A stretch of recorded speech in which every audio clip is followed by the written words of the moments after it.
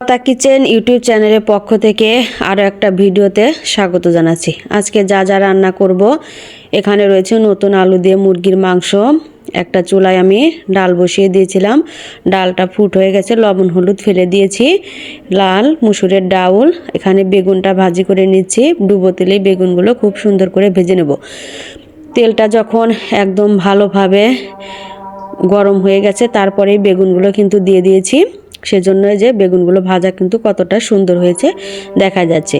বেগুন ভাজাটা আমি নামিয়ে নিয়েছি, এখন ডালটা ফোড়ন করে নেব। বেগুন ভাজা একটু তেল ছিল, ওই তেলের মধ্যে একটা তেজপাতা, কয়েকটা কালো জিরে এবং শুধু জিরে ফোড়ন দিয়ে নিলাম। যখন ফোড়নটা হয়ে আসবে তখন কুচানো পেঁয়াজগুলো দিয়ে দেব।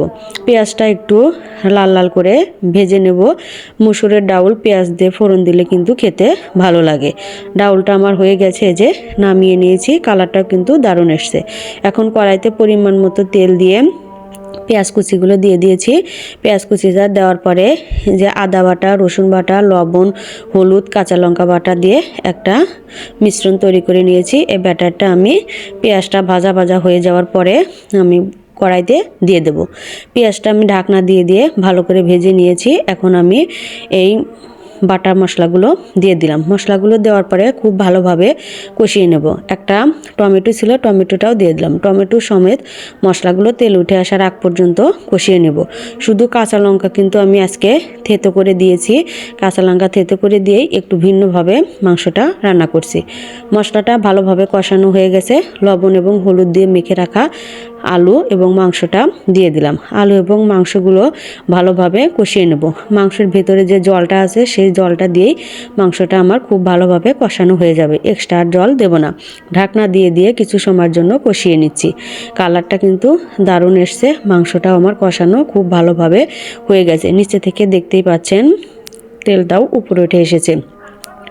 মাংসটা কষানো হওয়ার পরে পরিমাণ মতো ঝোলটা আমি দিয়ে দিলাম। খুব বেশি ঝোল দেওয়ার দরকার নেই। নতুন আলু আর সোনালি মুরগিও বেশিক্ষণ লাগে না সিদ্ধ হতে। অল্প একটু সময় সিদ্ধ হলে কিন্তু মাংস এবং আলু দুটোই সিদ্ধ হয়ে যাবে।